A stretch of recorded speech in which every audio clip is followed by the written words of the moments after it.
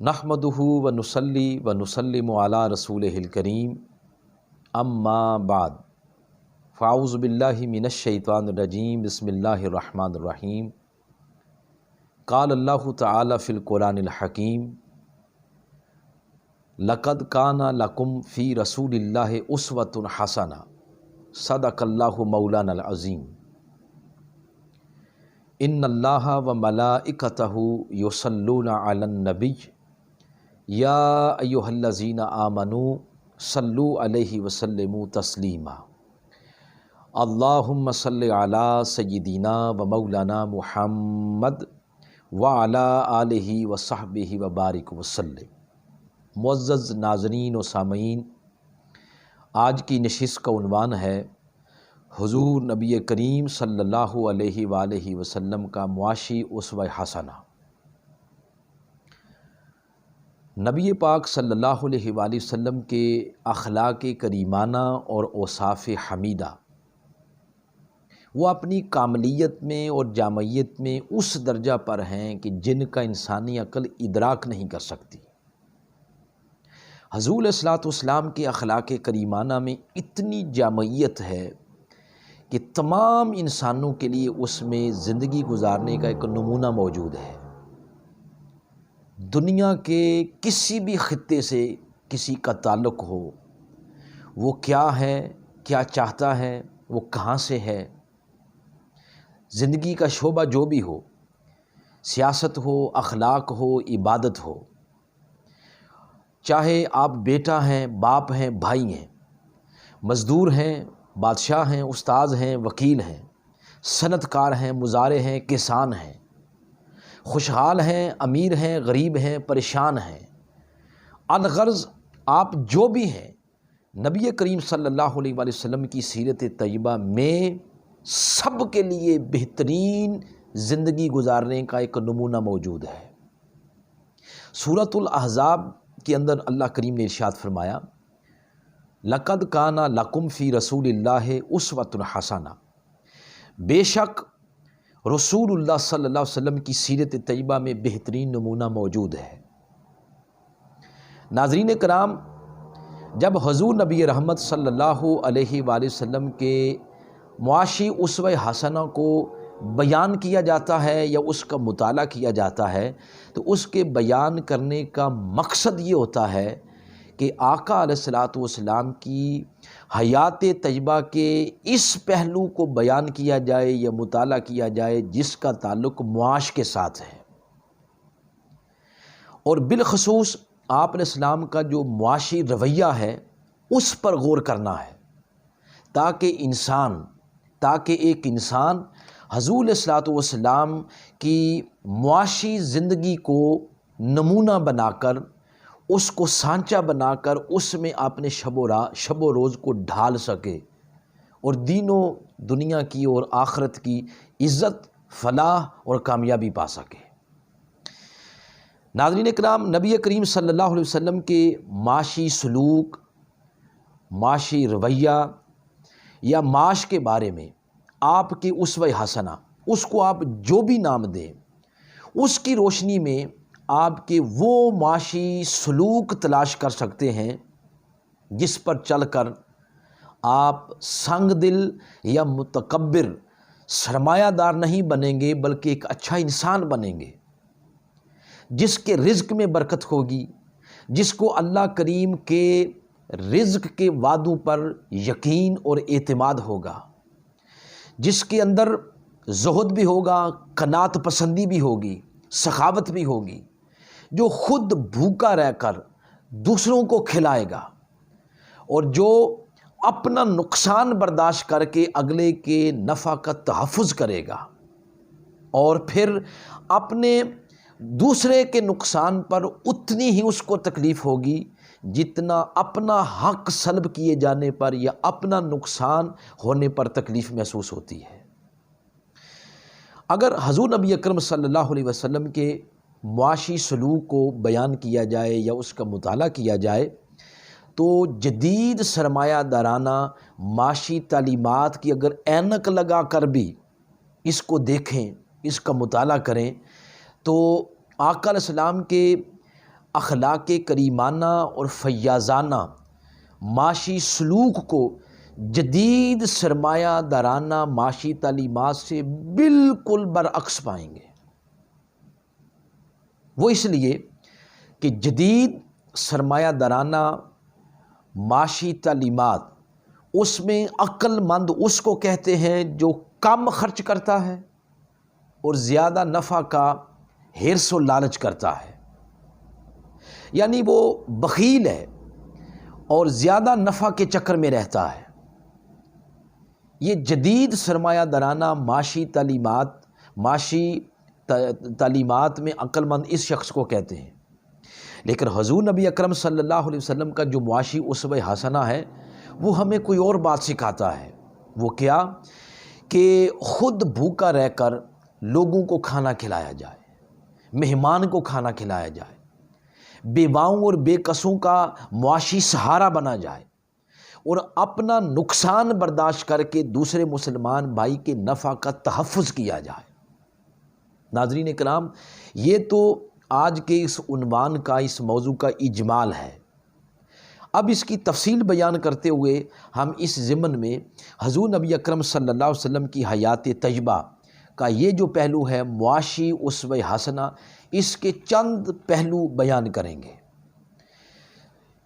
آپ علیہ الصلوۃ والسلام کے معاشی اسوہ حسنہ کو جب بیان کیا جائے تو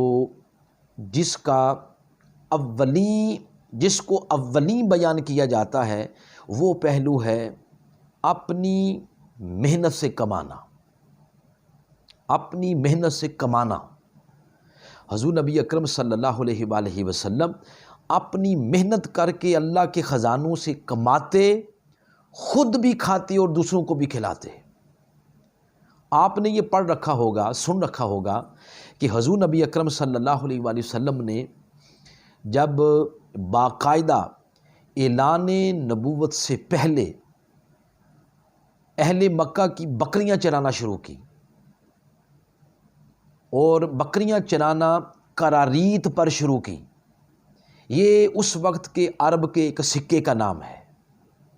یوں آپ علیہ الصلوۃ والسلام نے تجارت کو وسیلے رزق بنایا، اور پھر جب حضور نبی اکرم صلی اللہ علیہ وآلہ وسلم کی عمر مبارک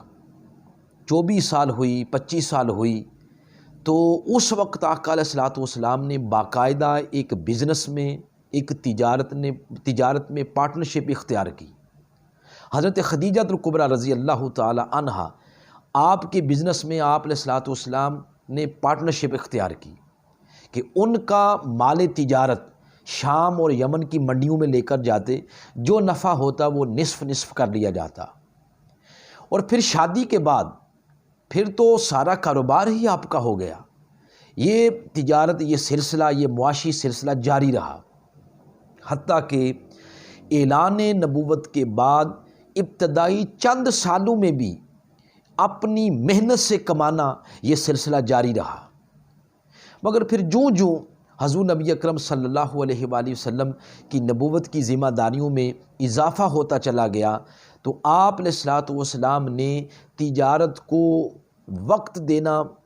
تھوڑا وقت دینا کم کر دیا، تھوڑا وقت دیتے۔ اس کی غالباً ایک حکمت یہ بھی ہو سکتی ہے کہ حضرت خدیجہ الکبریٰ رضی اللہ تعالیٰ عنہا وہ امیر ہی اتنی تھیں کہ حضور علیہ الصلوۃ والسلام کی معاشی کفالت کے لیے وہ سرمایہ کافی تھا، وہ تجارت کافی تھی۔ ناظرین کرام،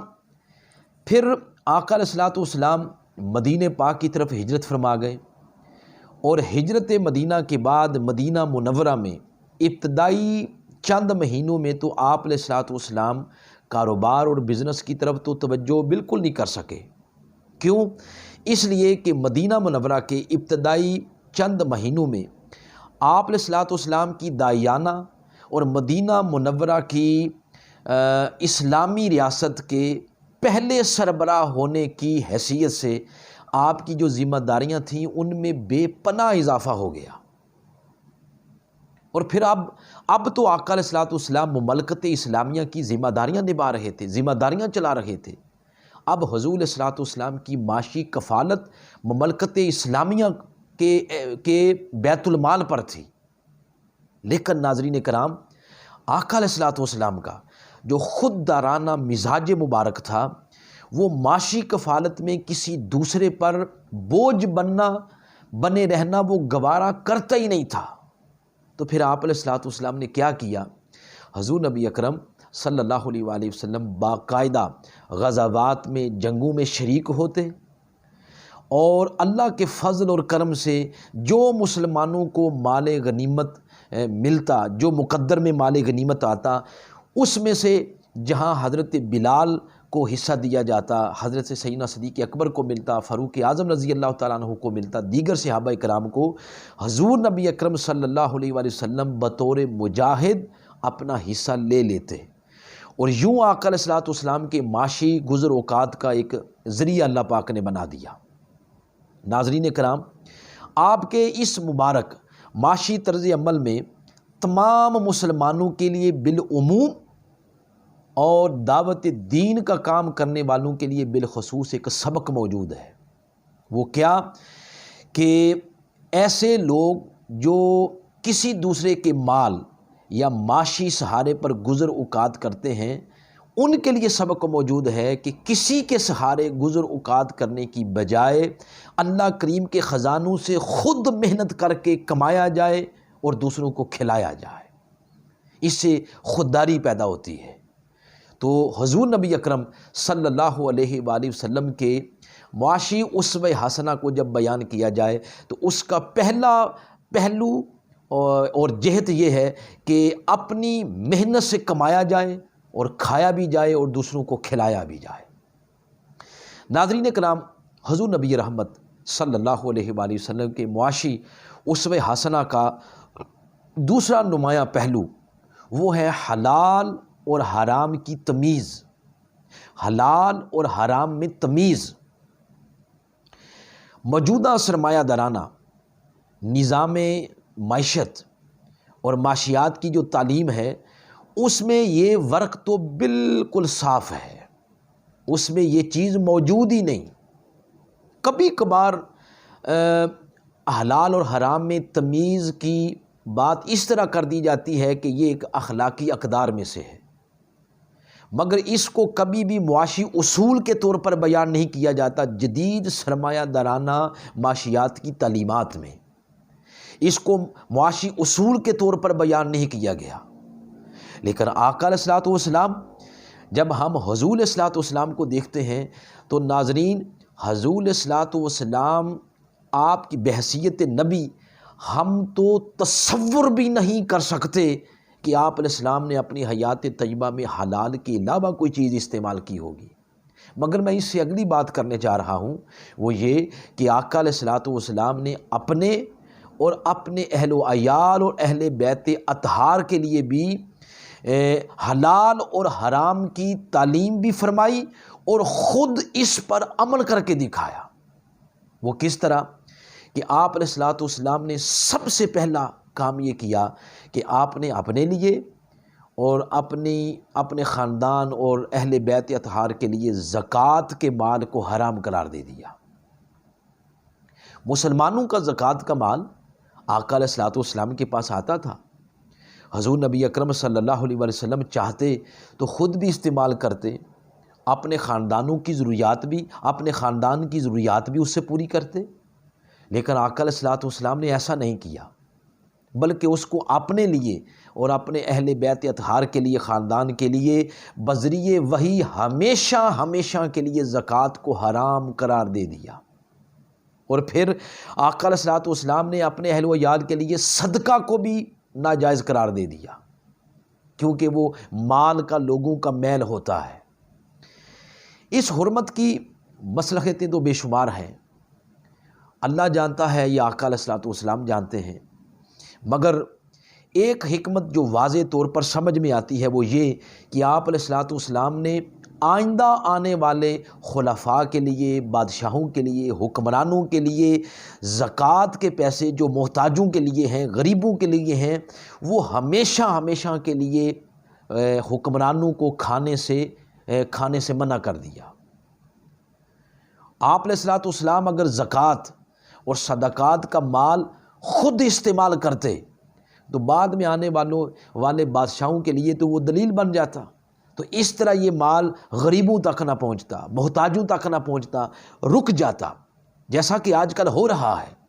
لیکن نبی کریم صلی اللہ علیہ وآلہ وسلم نے اپنے پر، اپنے اہل و عیال پر زکوٰۃ کے مال کو حرام قرار دے دیا۔ ناظرین کرام، حلال اور حرام کی تمیز کا آقا علیہ الصلوۃ والسلام کس قدر خیال رکھتے تھے، اس کا اندازہ آپ اس چھوٹے سے واقعے سے لگائیے کہ ایک بار حضور نبی رحمت صلی اللہ علیہ وآلہ وسلم آپ جا رہے ہیں تو رستے میں ایک کھجور پڑی ہوئی تھی۔ حضور السلام نے آگے بڑھ کے اس کو اٹھا لیا، اٹھا کے صحابہ کرام کی طرف متوجہ ہوئے اور فرمایا اگر یہ ڈر نہ ہوتا کہ یہ صدقہ کی ہوگی تو میں کھا لیتا۔ ناظرین کرام، پھر اس سے بڑھ کر آگے، اس سے آگے بڑھ کر حضرت انس بن مالک سے روایت ہے، وہ فرماتے ہیں کہ ایک بار حضور نبی اکرم صلی اللہ علیہ وسلم گھر تشریف فرما تھے، ایک شخص اپنے سر پہ ٹوکرا رکھ کے کھجوروں کا آیا اور آقا علیہ السلام کی بارگاہ میں پیش کیا۔ تو آپ علیہ الصلوۃ والسلام نے اس سے پوچھا یہ کھجوریں تحفہ ہیں یا صدقہ ہیں؟ تو اس نے آگے سے عرض کیا یا رسول اللہ یہ صدقہ ہیں۔ تو جب آپ یہ پوچھ رہے تھے، وہ حضور کو بتا رہا تھا، تو حضور السلام کے پاس آپ کے شہزادے حضرت امام حسن علیہ السلام وہ بھی کھڑے تھے۔ تو حضور السلام کے پوچھنے اور اس کے بتانے کے دوران حضرت امام حسن علیہ السلام نے ایک کھجور اٹھا کے اپنے منہ میں ڈال لی۔ تو جب اس نے یہ عرض کیا کہ یا رسول اللہ صلی اللہ علیہ وآلہ وسلم یہ صدقہ ہے، تو حضور الصلوۃ والسلام نے فوراً اپنی انگلی مبارک سے حضرت امام حسن علیہ الصلوۃ والسلام کے منہ سے اس کھجور کو اگلوا لیا، باہر نکال لیا، اور حضرت امام حسن علیہ الصلوۃ والسلام کو فرمایا بیٹا تم خاندان محمد ہو، تمہارے لیے صدقات اور زکوٰۃ کو اللہ پاک نے حرام قرار دے دیا ہے، وہ حلال نہیں ہے۔ اسی طرح ایک واقعہ حضرت امام حسین علیہ الصلوۃ والسلام کا بھی ہے کہ آپ علیہ الصلوۃ والسلام سے لوگوں نے عرض کیا کہ حضرت آقا علیہ الصلوۃ والسلام کی کوئی بات سنائیں۔ اس پر پھر وہ فرمانے لگے کنت امشی معہ، ایک دفعہ میں اپنے نانا جان کے ساتھ جا رہا تھا تو ایک مقام سے گزرے جہاں پر صدقات اور خیرات کی کھجوریں غریبوں کے لیے خوش کرنے کے لیے زمین پر بچھائی ہوئی تھیں، بکھیری ہوئی تھیں۔ تو اس میں سے میں نے ایک کھجور اٹھا کے منہ میں ڈال لی، تو آقا علیہ الصلوۃ والسلام نے وہ چبائی ہوئی کھجور آپ علیہ الصلوۃ والسلام کے منہ سے نکلوا لی۔ تو پاس کھڑے صحابہ کرام نے عرض کیا یا رسول اللہ اگر یہ بچہ کھا لیتا تو کیا حرج تھا؟ اس پر پھر حضور علیہ الصلوۃ والسلام نے فرمایا نہیں، خاندان محمد پر صدقات حلال نہیں ہے، جائز نہیں ہے۔ ناظرین کرام، یہ جو میں نے 4 روایات آپ کو سنائی ہیں، ان روایات کے بیان کرنے کا، سنانے کا مقصد یہ ہے کہ آقا علیہ الصلوۃ والسلام نے اپنے اور اپنے اہل و عیال کے لیے کھانے پینے اور معاشی معاملات کے جملہ معاشی معاملات میں حلال اور حرام کی اتنی تمیز کر رکھی تھی کہ حرام تو کجا، حضور علیہ الصلوۃ والسلام تو مشتبہات سے بھی اس طرح پرہیز کرتے جس طرح حرام سے پرہیز کیا جاتا ہے۔ اس طرح آقا علیہ الصلوۃ والسلام نے اپنے آپ کو اور اہل و عیال کو ان چیزوں سے بچا رکھا تھا۔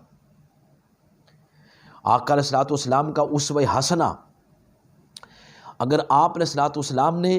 چند اشیاء کو حرام قرار دیا تو اس کی عملی شکل پھر خود قائم کر کے دکھائی اور امت کو بھی تعلیم فرمائی کہ حرام کے استعمال میں کسی قسم کی بھلائی، فلاح اور کامیابی نہیں ہے۔ حلال اگر تھوڑا بھی ہو تو برکت حلال میں ہوتی ہے، حرام میں نہیں ہوتی۔ ناظرین کرام، یہ حضور نبی اکرم صلی اللہ علیہ وسلم کی معاشی اسوہ حسنہ کا دوسرا پہلو تھا۔ تیسرا پہلو حضور نبی اکرم صلی اللہ علیہ وسلم کے معاشی اسوہ حسنہ کا وہ ہے سخاوت اور فیاضی۔ سخاوت اور فیاضی یہ حضور نبی اکرم صلی اللہ علیہ وسلم کے اخلاق حسنہ کے 2 ایسے پرتاؤ ہیں کہ جن کی چمک سے افلاس اور محتاجی کی ظلمتوں میں ڈوبے ہوئے انسانوں کے محتاج خانے وہ بھی امید کی اور خوشحالی کے نور کے ساتھ جگمگا اٹھتے ہیں۔ سخاوت اور فیاضی کے ذریعے دولت امیروں کے محلات سے نکلتی ہے۔ سخاوت اور فیاضی کے ذریعے سرمایہ داروں کے خزانوں سے نکل کر غریب فقیر کی جھونپڑی میں پہنچتا ہے۔ جدید سرمایہ دارانہ جو معاشیات کی تعلیمات ہیں اس میں سخاوت اور فیاضی کا چیپٹر سرے سے نہیں ملے گا، لیکن آقا علیہ الصلوۃ والسلام آپ کا جو اسوہ حسنہ ہے وہ اس کے برعکس ہے۔ جدید سرمایہ دارانہ جو معاشیات کی تعلیمات ہیں اس کا خمیر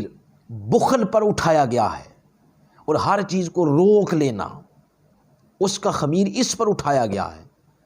لیکن جب کہ آقا علیہ الصلوۃ والسلام نے جو معاشی اسوہ حسنہ دیا ہے اس میں سخاوت ہے، اس میں فیاضی ہے، وہ یہ ہے کہ اللہ کریم کی راہ میں خرچ کرنے، فقراء اور مساکین کی محبت اس قدر ہو کہ دنیا کی حقارت ہو اور دنیا سے نفرت کر کے اللہ کے غریب اور دکھی مخلوق میں سب کچھ تقسیم کر دیا جائے۔ یہ آپ علیہ الصلوۃ والسلام کے معاشی اسوہ حسنہ کا ایک چمکتا ہوا تابدار موتی ہے۔ ناظرین کرام، آپ صلی اللہ علیہ وسلم کی ساری زندگی کا یہ عمل رہا کہ آپ نے اللہ کی رضا کی خاطر اللہ کی مخلوق میں تقسیم کرتے رہے، ان پر اللہ کی مخلوق پر خرچ کرتے رہے۔ آقا علیہ الصلوۃ والسلام جب غار حرا میں پہلی دفعہ جبریل امین حاضر ہوئے تو بتقاضِ بشریت کچھ آپ کی طبیعت مقدسہ میں تغیر آیا۔ آپ گھر تشریف لائے اور سارا واقعہ سیدہ خدیجہ الکبریٰ رضی اللہ تعالی عنہا آپ کو سنایا، تو آپ رضی اللہ تعالی عنہا نے سن کر حضور علیہ السلام کی دلجوئی کرتے ہوئے یوں عرض کیا کہ یا رسول اللہ صلی اللہ علیہ وسلم، آپ کا رب آپ کو اکیلا نہیں چھوڑے گا،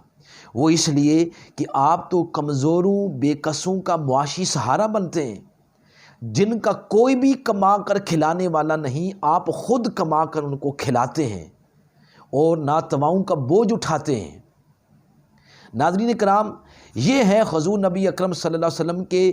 معاشی اصول میں جو سخاوت اور فیاضی ہے اس کی پہلی دلیل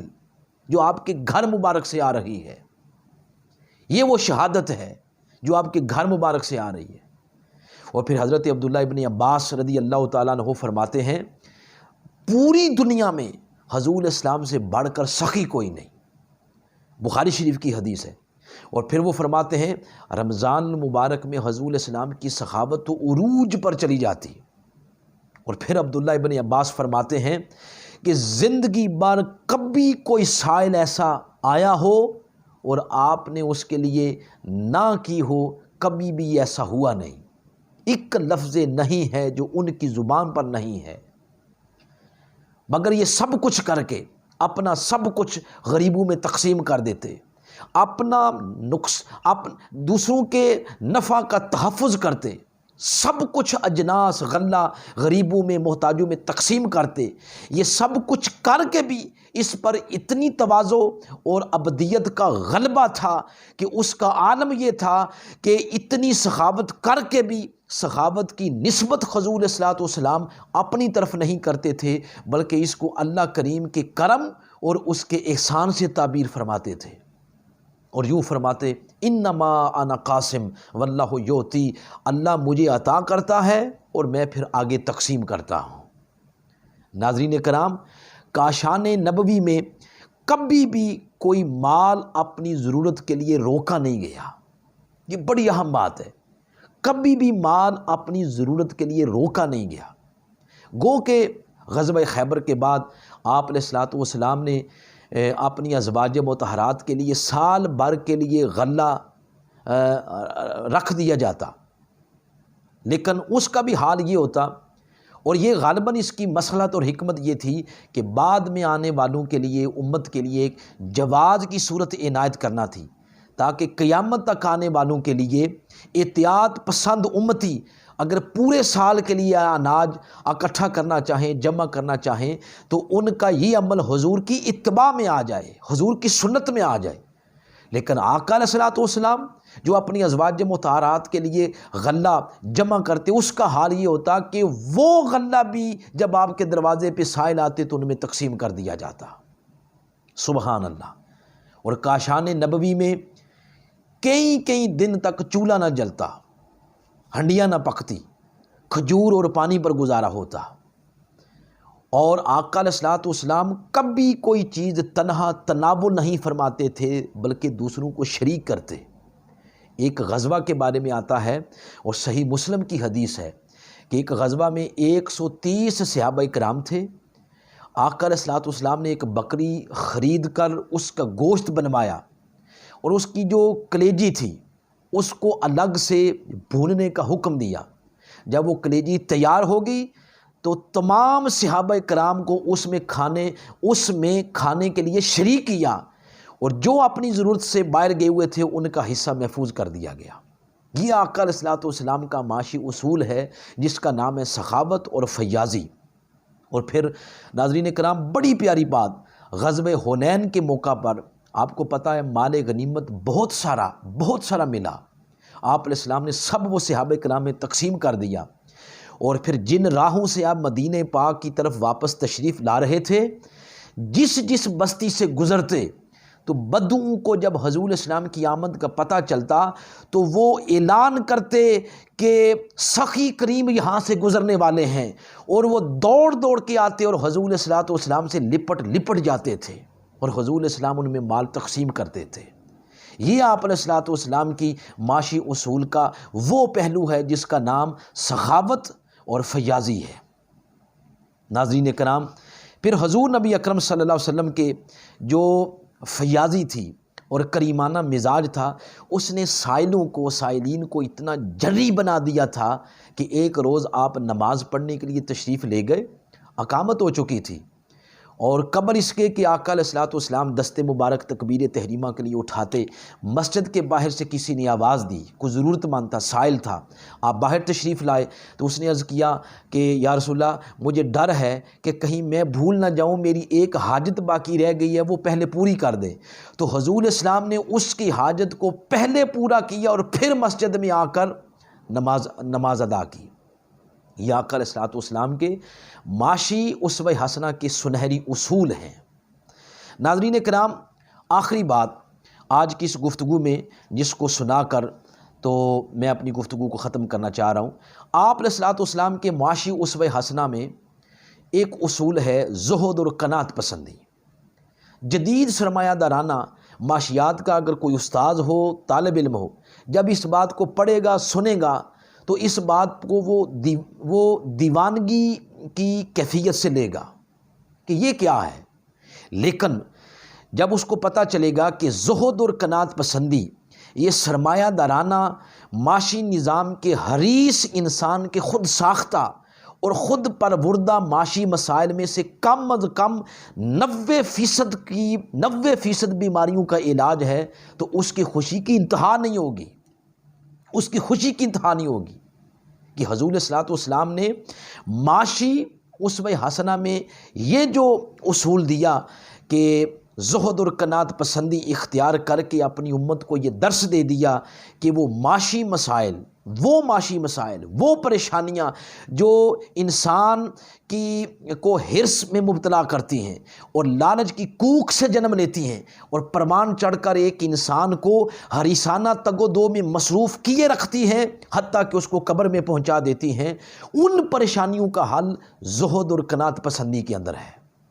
اس نسخے کے اندر ہے، پیغمبرانہ نسخے کے اندر، جس کو زہد اور قناعت پسندی کہتے ہیں۔ حضرت عبداللہ بن مسعود رضی اللہ تعالیٰ عنہ فرماتے ہیں، قال نام رسول اللہ صلی اللہ علیہ وسلم علی حصیر فقام وقد اثر فی جنبہ۔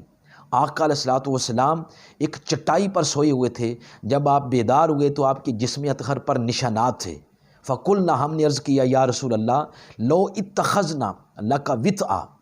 یا رسول اللہ صلی اللہ علیہ وسلم ہم آپ کے لیے کوئی نرم بستر نہ بنوا لیں؟ تو اس پر پھر حضور علیہ السلام نے ارشاد فرمایا، فقال ما لی ولی دنیا وما انا فی الدنیا الا کراکب استظل تحت شجر ثم راح و ترکھا۔ آقا علیہ السلام نے فرمایا بھلا میرا اور دنیا کا کیا تعلق؟ میری حیثیت تو اس دنیا میں ایک سوار کی طرح ہے جو ایک درخت کے سائے میں سستانے کے لیے بیٹھا اور درخت چھوڑ کر پھر چل پڑا۔ ناظرین کرام، آقا علیہ السلام کے معاشی اسوہ حسنہ کا یہ سنہری اصول جس کا نام زہد اور قناعت پسندی ہے، اگر آج اس کو اپنا لیا جائے تو ہم جس معاشی تنگ دستی کا شکار ہیں، جو رونا روتے ہیں، 90% ہماری معاشی پریشانیوں کا حل حضور صلی والسلام کے دیے ہوئے اس نسخہ کے اندر ہے جس کا نام زہد اور قناعت پسندی ہے۔ آقا علیہ السلام کے معاشی اصولوں کو اگر آج مشل راہ بنایا جائے، ان پر عمل کیا جائے تو شکوے شکایات ختم ہو جاتی ہیں، گھروں سے جھگڑے ختم ہو جاتے ہیں، اور انسان اللہ کا جو دیا ہوا ہے اس پر نہ صرف قناعت کرتا ہے بلکہ زندگی میں آگے بڑھنے کا جذبہ بھی پیدا ہوتا ہے۔ اللہ کی بارگاہ میں دعا ہے اللہ کریم ہمیں حضور نبی اکرم صلی اللہ علیہ وسلم کے ان معاشی اصولوں پر عمل پیرا ہو کر اپنی معاشی زندگی کو سنوارنے کی توفیق عطا فرمائے۔ وما علینا الا البلاغ المبین۔